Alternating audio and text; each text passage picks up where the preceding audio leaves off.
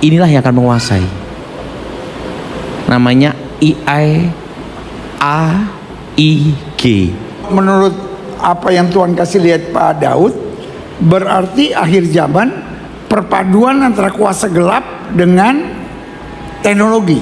Kan Indonesia secara hukum, secara ekonomi, secara politik kan sekarang sedang kacau. Nah, menurut Pak Daud ini emang sekedar goncangan atau ada permainan kuasa gelap di dalam? Ada kuasa gelap, Pak Gilbert. Kenapa ada kuasa gelap?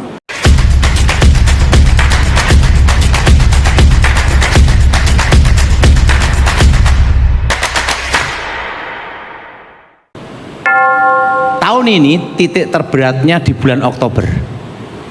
Oktober 2026. 2026. Nah, ekonomi bergerak itu di tahun 2027 karena new normal dari tahun ini. Dan kita akan masuk resesi ekonomi tahun 2028. Mulai balik lagi. Balik lagi, Wil. Padahal 2029 udah mau pemilu lagi. Karena tahun politik, Pak Gilbert. Dan nanti di masa depan Indonesia akan masuk hiperinflasi, akan masuk gitu. Itu di tahun 2030.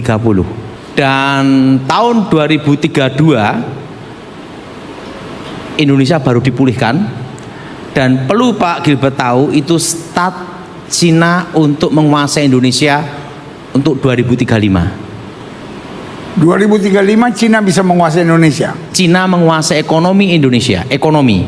Tapi yang jelas di Indonesia nanti akan ada 3 pangkalan perang. Itu di tahun 2035. Itu ada 3 pangkalan perang. Pertama itu adalah Cina nanti di sekitar Sulawesi, perbatasan Indonesia dengan Filipina. Itu di Sulawesi. Pangkalan perang China.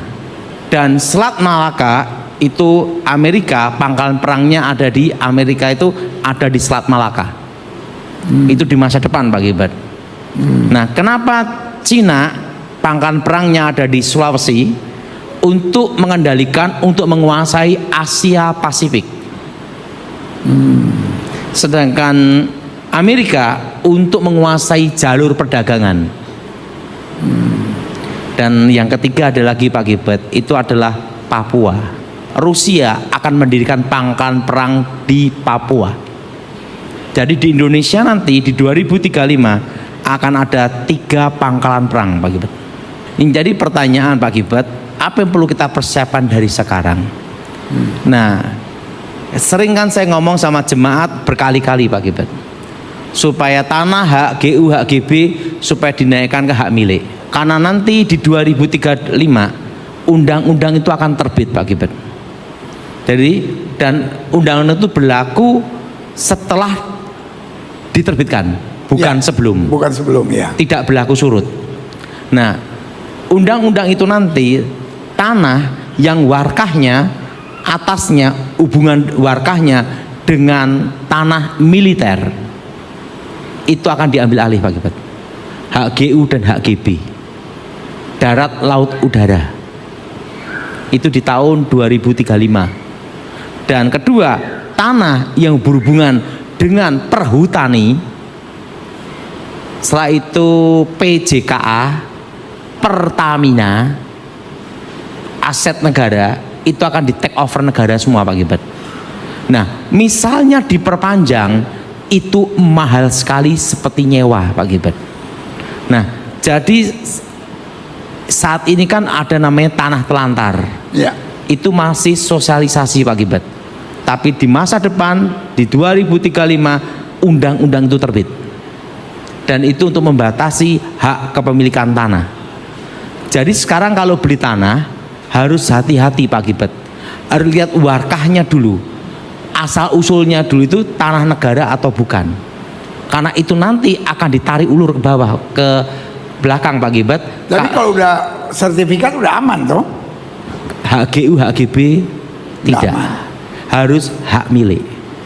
Kalau hak milik itu aman. Jadi saran saya, semua jemaat harus siapkan semua sertifikat ke hak milik semua. nanti di masa depan Pak Gilbert di 2035 yang HGU itu akan di take over pemerintah karena negara perlu uang dan perlu punya penghasilan. Nah itu akan di take over Pak Gilbert. Nah yang penting saat ini tahun ini kan saya beritahu Pak Gilbert puncak inflasi dan puncak deflasi, stagflasi artinya berhenti. Nah sekarang kan harga-harga naik, daya beli turun Pak Gilbert. Ya. Ini sudah mulai puncaknya. Tetapi Oktober saya dapat petunjuk Tuhan adalah titik terberatnya di bulan Oktober. Nah yang penting sekarang jemaat Pak Gilbert ya megang rupiah secukupnya. Mumpung saya masih ingat Pak Gilbert. Dan mulai tahun ini AI hacker diaktifkan, tapi nanti 100% pengaktifannya itu di 2032 komputer kuantum. Jadi gini Pak Gilbert, uang-uang nanti yang ada di rekening yang ada di HP dihack hilang, tinggal nol. Nah kendalanya satu Pak Gilbert, mau lapor siapa? Karena yang menjadi hacker tuh AI Pak Gilbert.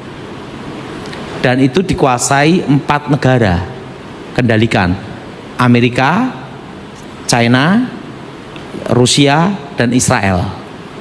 Jadi Pak Gilbert, saran saya untuk jemaat punya rekening itu ada, pertama pegang uang tunai. Kalau uangnya banyak tidak mungkin tunai, kalau maksudnya tertekan Pak Gilbert. Nah kedua pakai rekening. Rekening itu pun ada hanya ATM saja, jangan ada internet banking atau e-banking. Nah yang ketiga rekening yang ketiga ini rekening kedua berarti Pak Gilbert, itu yang internet banking dan e-banking untuk beli sayuran. Kalau hilang ikhlas karena nanti mau lapor siapa Pak Gilbert, dan itu untuk menghancurkan sistem ekonomi Pak Gilbert. Nah jadi saran saya Pak Gilbert ya harus dimulai sekarang. Dan perlu Pak Gilbert tahu di masa depan saat ini kan ada namanya mobil listrik, ya. Betul? Mobil listrik pakai baterai listrik. Ya. Nah, perlu Pak Gilbert tahu bahwa di masa depan nanti energi listrik, energi itu adalah namanya thorium. Thorium. Itu nanti di 2035 ke atas itu adalah thorium. Jadi bukannya kalau mobil listrik, baterai listrik kan ngecas. Ya. Ini enggak. Bisa tahunan Pak Gilbert. Seperti uranium, tapi tidak sereaktif uranium. Itu di masa depan namanya thorium. Nanti Pak Gilbert ya, ini ngomong masa depan Pak Gilbert ya. Nah, seperti ini waktu saya ngomongnya dianggap orang gila Pak Gilbert. Tentang sebelum corona juga dianggap orang gila juga. Tapi ini akan terjadi. Jadi gini Pak Gilbert, ini akan terjadi di tahun 2050. Jadi saya itu mendapat penglihatan puncaknya itu di 2035, terputus, tiba-tiba muncul di tahun 2050. Setelah itu tidak ada lagi. Jadi gini Pak Gilbert, AI yang sekarang ini akan belajar dari orang-orang jenius, dan AI ini Pak Gilbert akan bergabung mengumpulkan semua pengetahuan dari para jenius, dan itu nanti akan muncul namanya AI terkuat. Nah AI terkuat ini ingin mengendalikan dunia dan ingin menguasai dunia itu di tahun 2050 Pak Gilbert. Dan AI ini Pak Gilbert ya, itu menguasai sistem, yaitu sistem rudal, sistem internet, sistem nuklir, pembangkit nuklir, dan sistem yang semua yang berbau IT, termasuk robot. Jadi nanti AI terkuat itu seperti ini Pak Gilbert, dan ada mata manusia di tengah. Dan disitulah kelanjutan dari antikris. Jadi nanti uang itu nanti banyak pakai digital Pak Gilbert. Nah inilah yang akan menguasai, namanya IAIG, simbolnya itu Pak Gilbert. Artinya apa aku udah ngerti Pak Gilbert. Nah setelah itu terputus. Nah nanti AI ini Pak Gilbert mengendalikan, nanti robot bisa bikin robot. Nah karena pembangkitnya nanti adalah energinya adalah thorium itu Pak Gilbert, itu di masa depan. Dan thorium ini Pak Gilbert itu ada di Indonesia. Jadi nanti pembangkit alternatif energi terbarukan itu adalah thorium di masa depan. Tapi bahannya ada di Indonesia. Ada di Indonesia. Berarti itu yang bikin Cina, Amerika, Rusia mau ada di Indonesia. Pokoknya 3 pangkalan perang itu kan ada di Indonesia. Karena tujuan untuk menguasai Asia Pasifik, jalur perdagangan, dan Papua.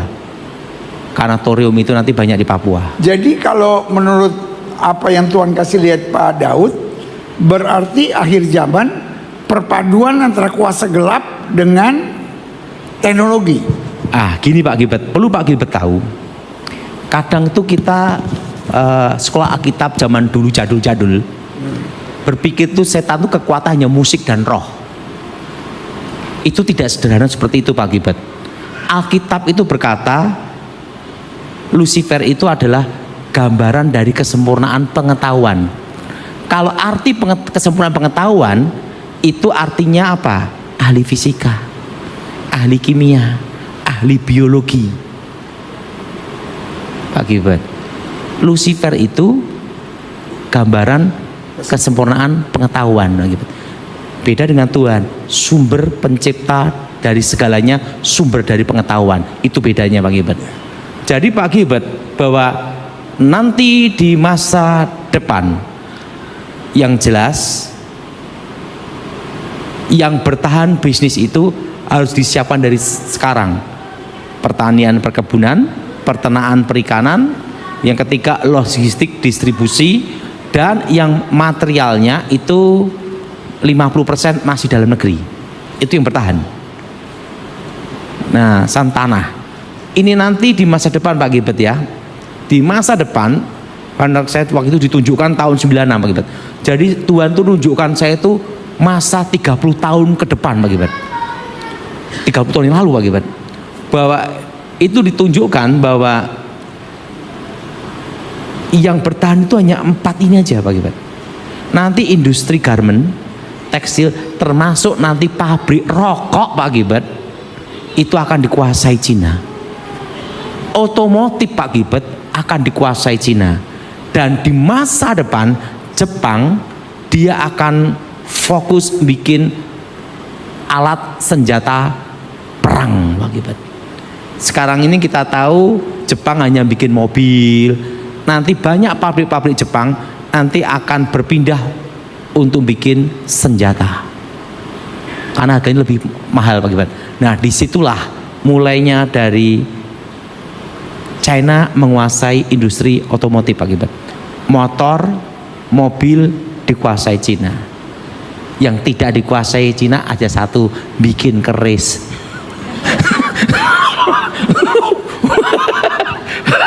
Cuma Solo sama Jogja itu. Nanti Pak Gilbert, jadi gini, yang jelas gini,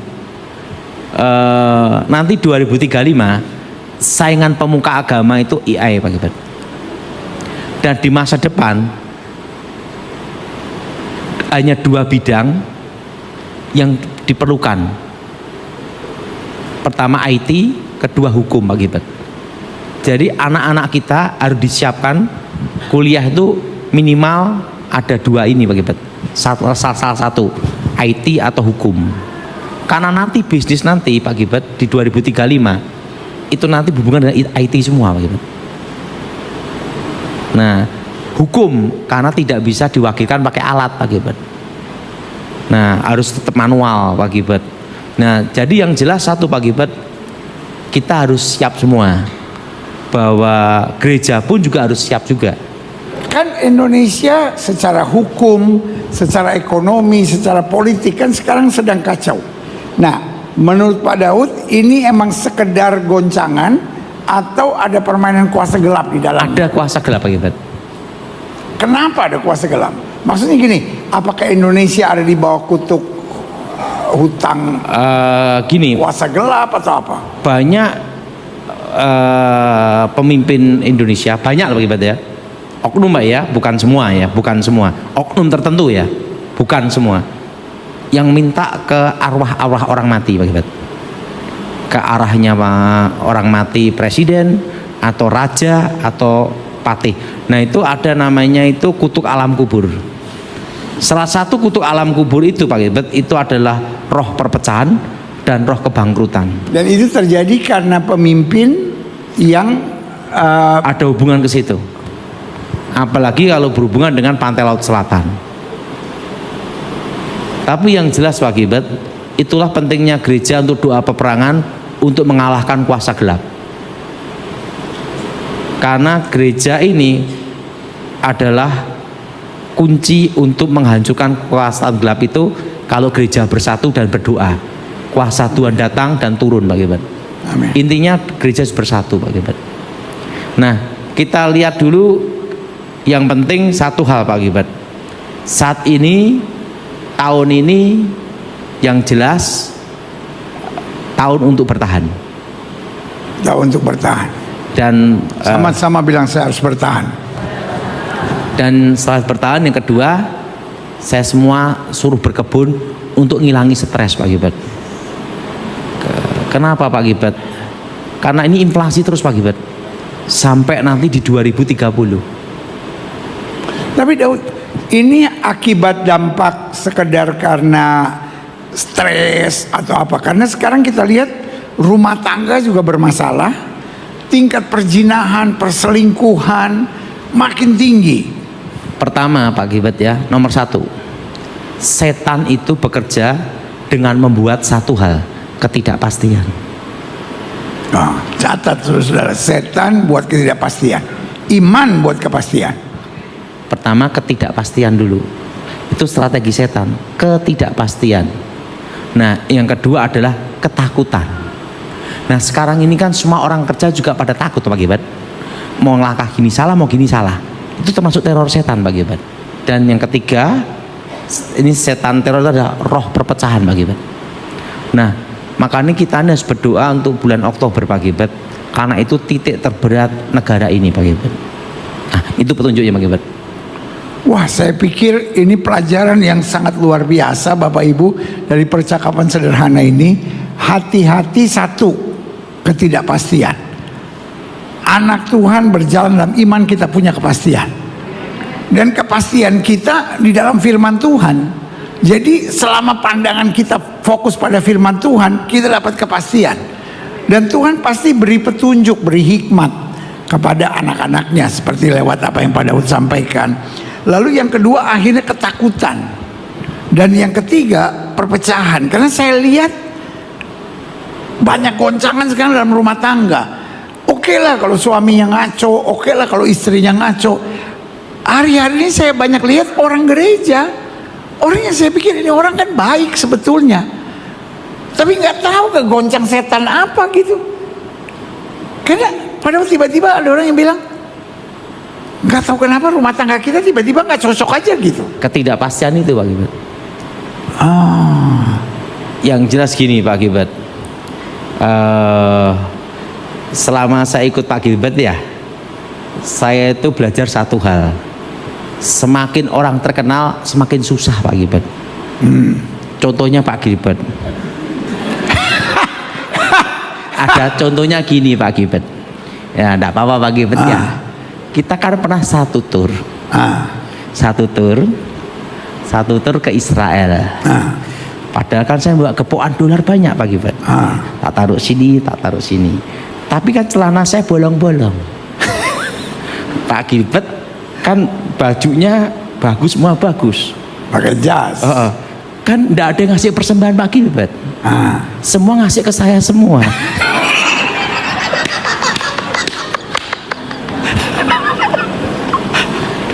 Akhirnya saya kasihan sama Pak Gilbert, saya bagi Pak Gilbert kan. Makanya dalam hidup itu paling enak tidak terkenal tapi pura-pura miskin Pak Gilbert. Kan kita ikut tur Pak Gilbert. Bayangin, pertama semua traktir saya, semua ngasih saya barang kenang-kenangan. Nah, uang gepuan saya sampai utuh semua Pak Gilbert.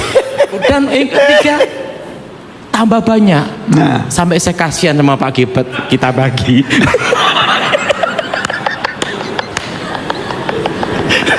Jadi Pak Daud bilang, intinya gini, di akhir zaman low profile itu lebih tenang. Jadi hidup ini belajar lebih low profile. Dia melihat saya sebagai korban. Jadi maksudnya Pak Daud, apapun posisi kita, nikmati saja, jangan dibawa stres. Tetapi jangan pura-pura kaya. Mendingan kalau mau pura-pura miskin. Tapi hidup yang paling enak dihadapi semuanya. Gitu. Jadi yang mungkin usahanya kecil, nggak usah sok besar, nggak usah memaksakan diri. Karena untuk setiap orang pasti ada berkatnya. Jadi jangan sudah iri sama siapapun.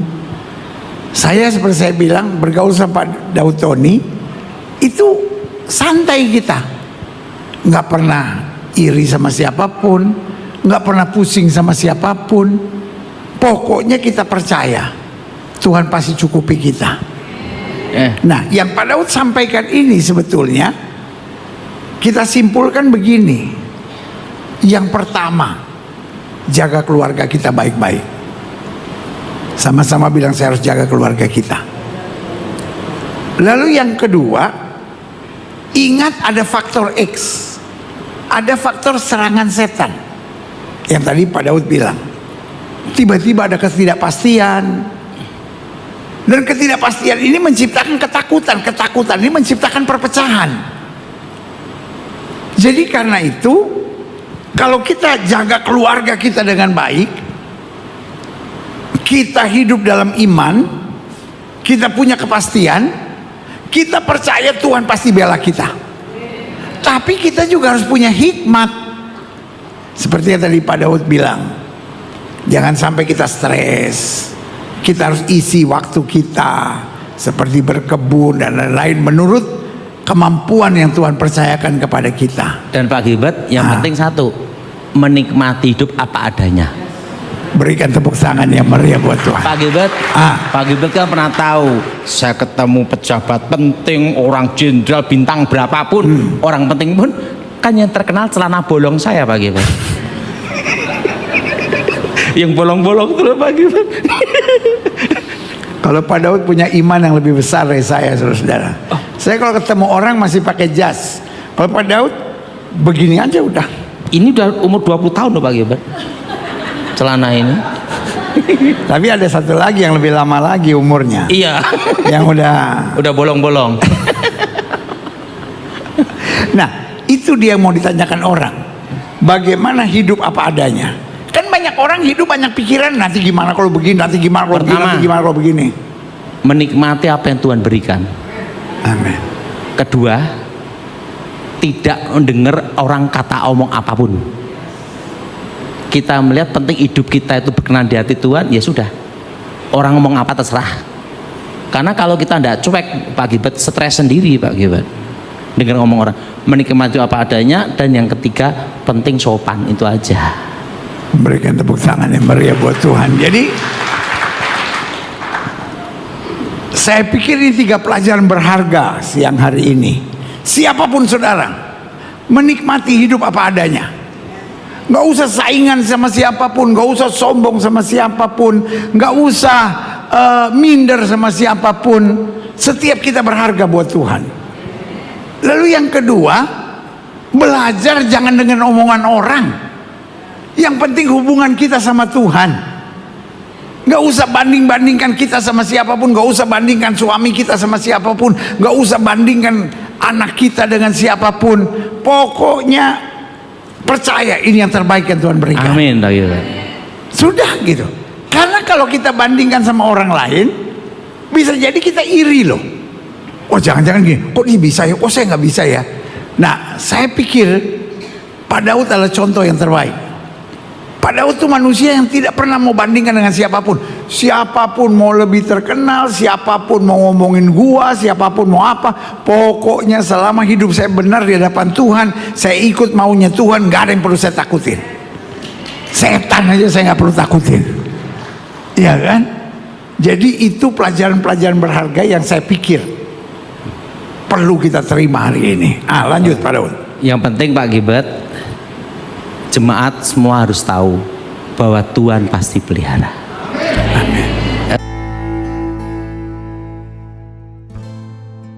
Terima kasih saudaraku sudah mendengarkan penjelasan hambanya.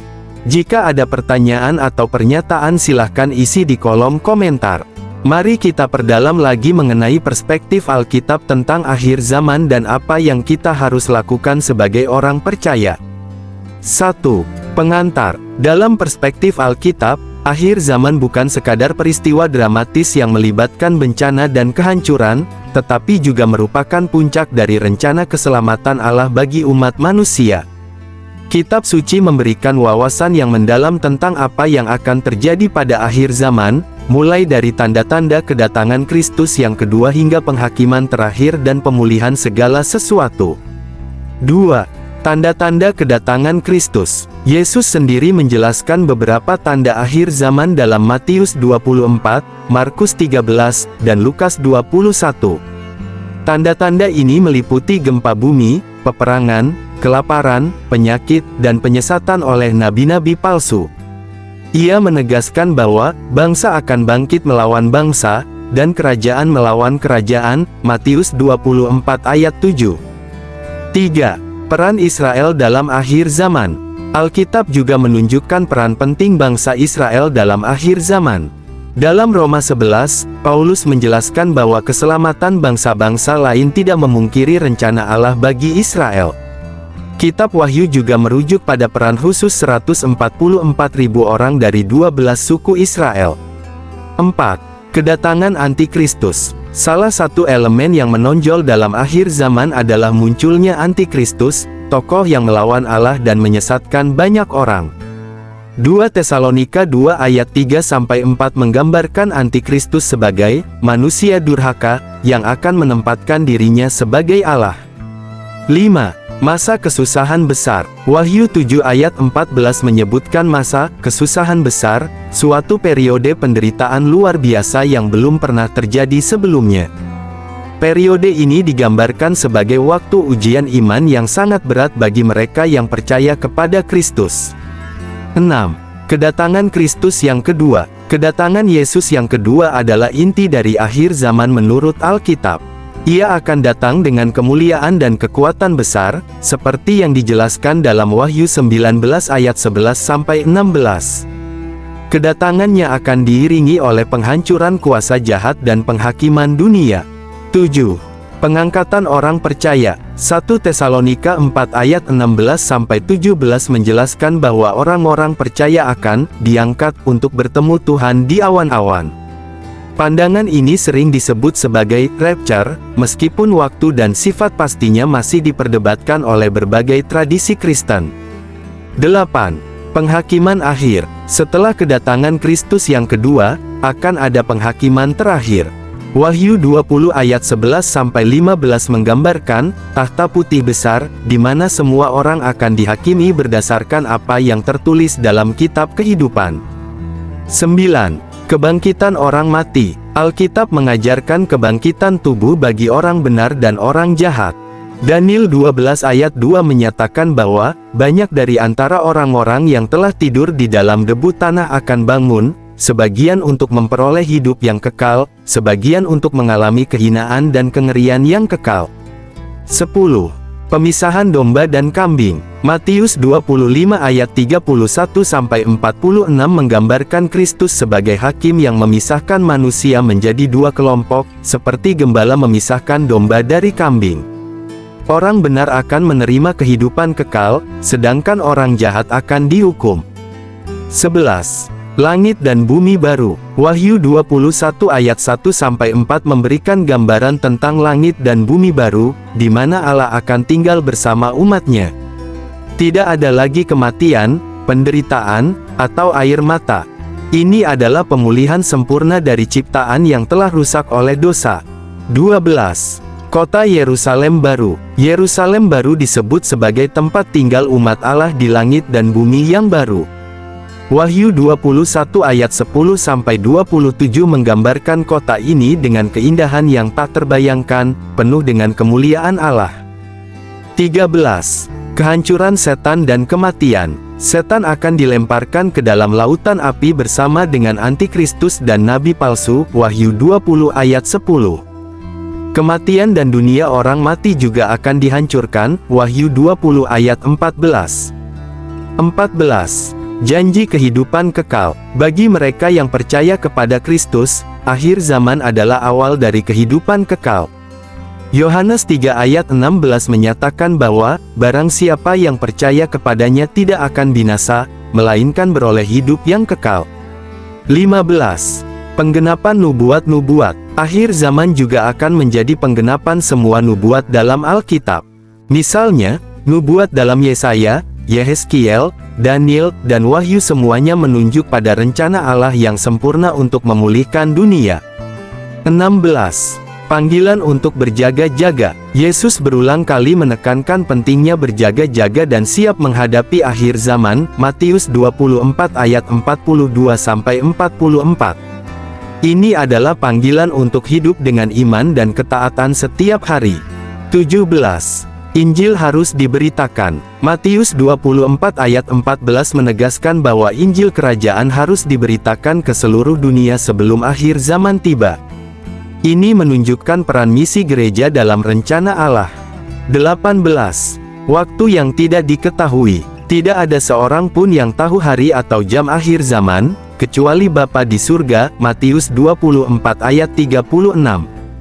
Hal ini mengingatkan umat percaya untuk tidak berusaha menentukan waktu secara spesifik. 19. Pentingnya hidup kudus. 2 Petrus 3 ayat 11-12 mengajarkan bahwa, karena segala sesuatu akan berlalu, umat percaya harus hidup kudus dan saleh, menantikan kedatangan hari Allah. 20. Kesimpulan, akhir zaman dalam Alkitab bukanlah sesuatu yang harus ditakuti, melainkan diharapkan dengan sukacita oleh mereka yang percaya kepada Kristus. Ini adalah saat ketika Allah menyatakan kemenangannya atas dosa, kejahatan, dan kematian, membawa umatnya ke dalam kemuliaan kekal. Dalam harapan ini, umat percaya dipanggil untuk hidup dengan iman, ketaatan, dan pengharapan yang teguh. Inti kehidupan orang percaya di akhir zaman adalah menanti kedatangan Tuhan yang kedua kali. Sadar atau tidak, kehidupan kita sebenarnya hanyalah sedang menunggu kedatangan Tuhan. Segala sesuatu akan selesai ketika Tuhan datang. Kedatangan Tuhan itu bisa terjadi dalam dua peristiwa. Pertama adalah kedatangan yang bersifat universal seperti yang dijanjikan oleh Tuhan sendiri bahwa pada akhir zaman, Dia akan datang kembali dengan cara yang sama seperti ketika Dia naik ke surga. Kisah Para Rasul 1 ayat 10-11. Ketika mereka sedang menatap ke langit waktu Ia naik itu, tiba-tiba berdirilah dua orang yang berpakaian putih dekat mereka, dan berkata kepada mereka, "Hai orang-orang Galilea, mengapakah kamu berdiri melihat ke langit? Yesus ini, yang terangkat ke sorga meninggalkan kamu, akan datang kembali dengan cara yang sama seperti kamu melihat Dia naik ke sorga." Peristiwa kedua yang juga bisa disebut dengan kedatangan Tuhan adalah yang bersifat pribadi, yaitu melalui kematian. Saat kematian datang maka kehidupan kita sebagai manusia di dunia ini pun berakhir. Manusia di dunia ini hanyalah sedang menantikan hal tersebut terjadi. Entah yang mana dulu akan terjadi, kita tidak pernah tahu. Keduanya sama-sama tidak ada yang tahu dengan pasti bila mana itu terjadi. Tidak seorang pun tahu kapan kematian akan datang, sebab kematian tidak memandang tua muda, kaya miskin, sehat ataupun sakit. Kematian bisa datang kapan saja. Demikian pula dengan kedatangan Tuhan yang kedua kali. Tidak ada yang tahu pasti kapan itu akan terjadi. Bagian kita hanyalah mempersiapkan diri sebaik mungkin agar ketika itu terjadi kita siap. Sayangnya menantikan kedatangan Tuhan merupakan suatu hal yang kerap kali dilupakan, kerap kali dipandang tidak penting dan kerap kali justru dihindari. Apa yang saudara pikirkan ketika mendengar tentang kedatangan Tuhan? Sesuatu yang biasa saja, sesuatu yang membahagiakan, sesuatu yang dirindukan atau justru tidak terpikirkan sama sekali. Menanti atau menunggu terlihat merupakan suatu hal yang biasa saja dan sederhana.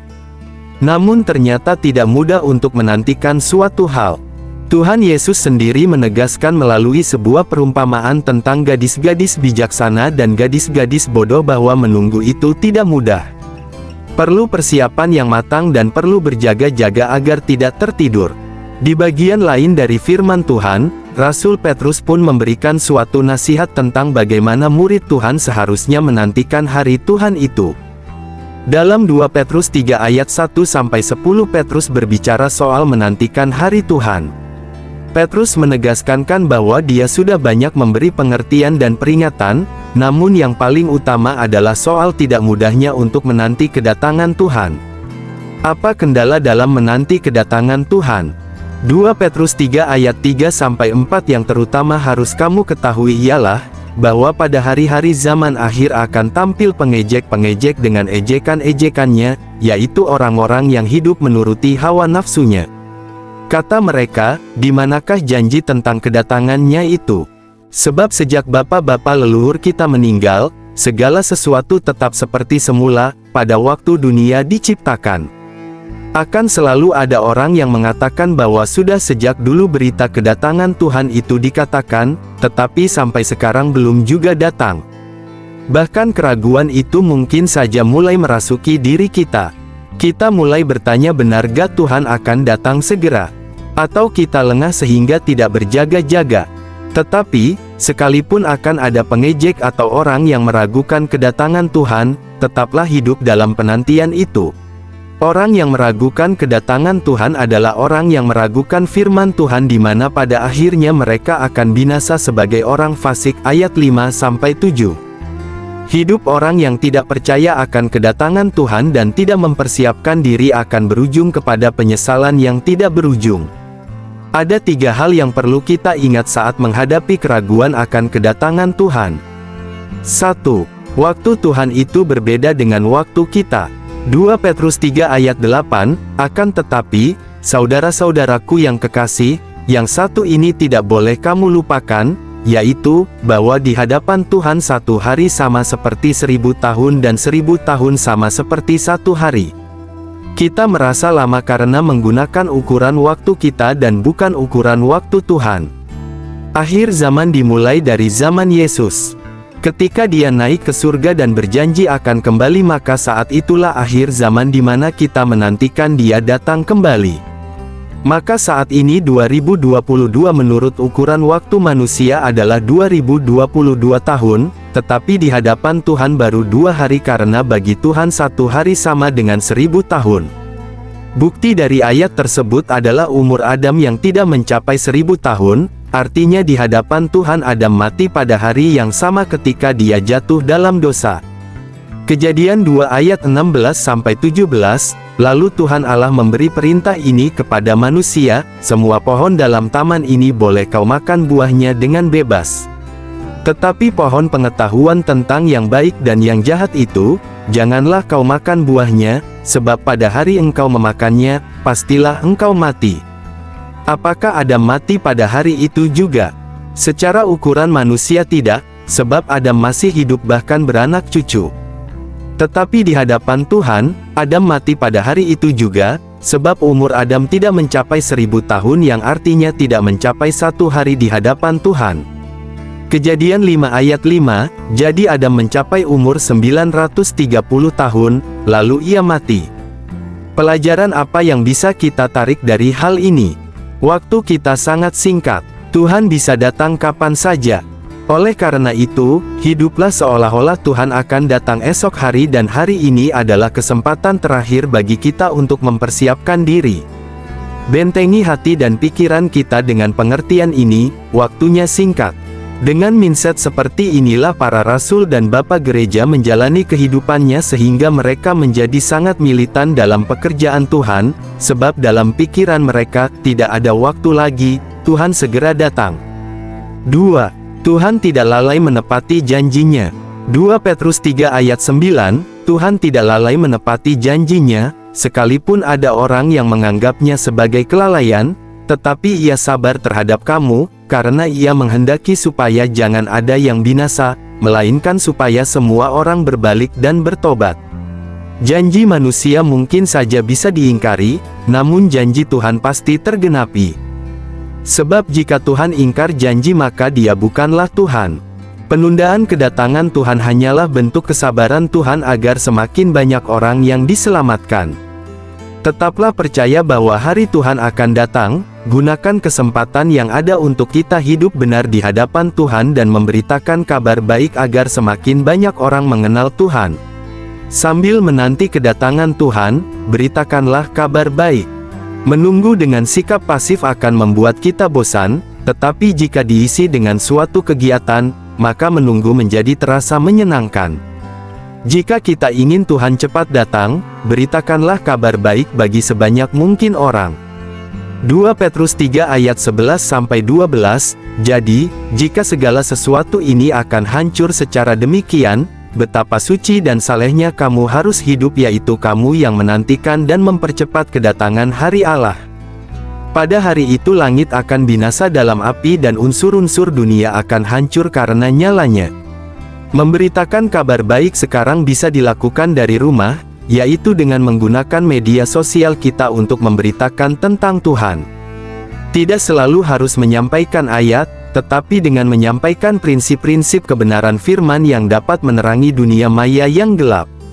Namun jangan sampai kita juga hanya terlihat rohani di media sosial tetapi di kehidupan nyata justru menjadi batu sandungan. Bangunlah keintiman dengan Tuhan dalam kehidupanmu di dunia nyata kemudian impartasikan itu melalui media sosialmu untuk menjangkau lebih banyak orang lagi. 3. Hari Tuhan datang seperti pencuri.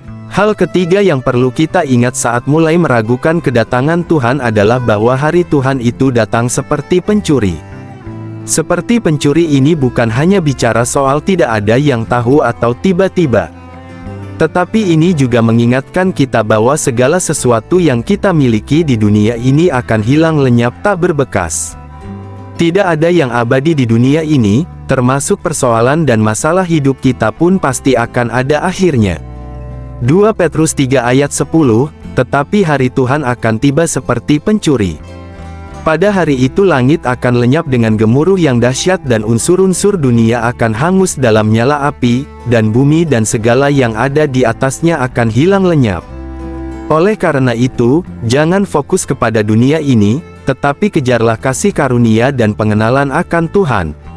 2 Petrus 3 ayat 17-18, tetapi kamu, saudara-saudaraku yang kekasih, kamu telah mengetahui hal ini sebelumnya. Karena itu waspadalah, supaya kamu jangan terseret ke dalam kesesatan orang-orang yang tak mengenal hukum, dan jangan kehilangan peganganmu yang teguh.